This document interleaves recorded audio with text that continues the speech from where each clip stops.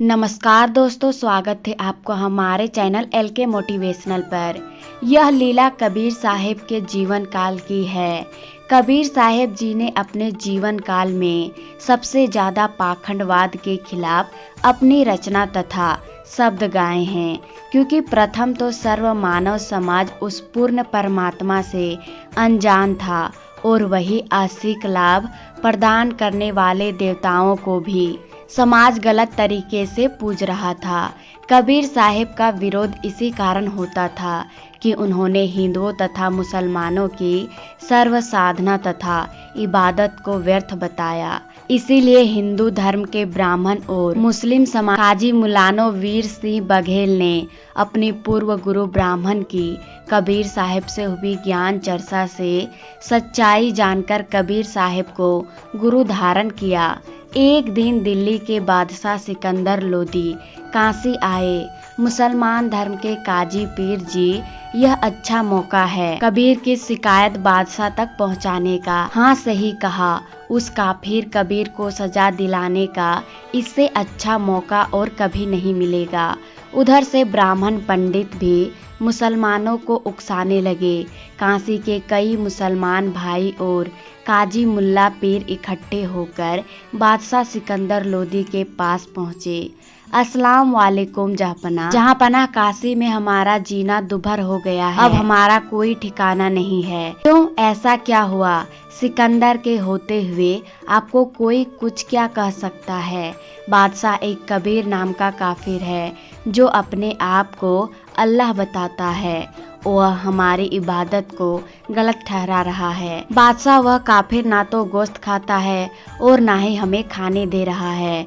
वह कहता है कि हमारे प्यारे नबी हजरत मोहम्मद जी ने कभी गोश्त नहीं खाया, तो आप क्यों यह जुल्म कर रहे हो? इस प्रकार वह कहीं भी पहुंच जाता है, अपने मुसलमान भाइयों को भ्रमित करता रहता है। अच्छा, ऐसे काफिर को तो जहन्नुम में भेज देना चाहिए। पकड़ लाओ उस काफिर को।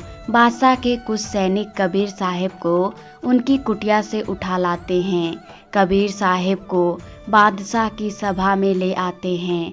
बादशाह यह अपने आप को अल्लाह बताता है और कहता है कि जीव हत्या महापाप है। अच्छा, इसका मतलब यह हमारे नबी से भी बड़ा आ गया है। हमारे प्यारे नबी हजरत मोहम्मद जी ने एक गाय को मारकर जीवित कर दिया था। क्या तू कर सकता है ऐसा? बादशाह, गाय को मारकर जीवित कर देना कोई बड़ी बात नहीं है और इससे कोई अल्लाह नहीं बन जाता।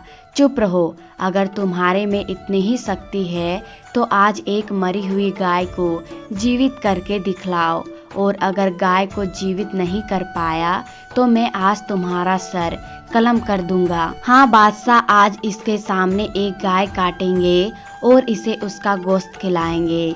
सभी की एक राय बनी और इसका इंतजाम किया जाने लगा। बादशाह सहित सभी एक बड़े से मैदान में पहुंचे। कबीर साहिब को भी वहां ले आए। काजी मुल्ला एक गर्भवती गाय लेकर आए। काटो इसे। इसके सामने देखते हैं इसे कितनी पीड़ा होती है। गाय और बछड़े के 4 टुकड़े हो चुके थे। चुपचाप इस गाय और इसके बछड़े को जीवित कर, वरना आज तुम्हें जहन्नुम का रास्ता दिखा दूंगा। बादशाह, वह अलग अल्लाह में ही यूं इस सर्व सृष्टि खालिक या रखवाला में ही हूँ और मेरा नाम कबीर है।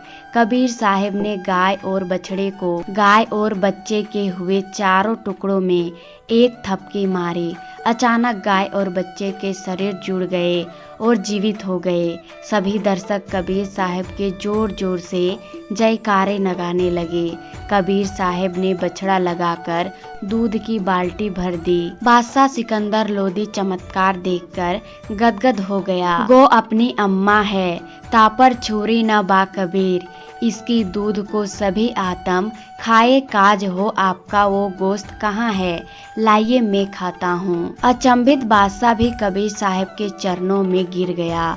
हमें माफ करो परवरदिगार, मुझसे भारी भूल हो गई। सैनिकों, कबीर जी को उनकी कुटिया तक पालकी से पहुँचाओ। यह अनमोल ज्ञान जगत गुरु तत्वदर्शी संत रामपाल जी महाराज के सत्संग का अंश मात्र है। आशा करती हूँ दोस्तों आपको ये छोटी सी कहानी पसंद आई होगी। पसंद आई तो वीडियो को लाइक शेयर सब्सक्राइब जरूर कर देना। मिलते हैं अगली वीडियो में, तब तक के लिए राधे राधे।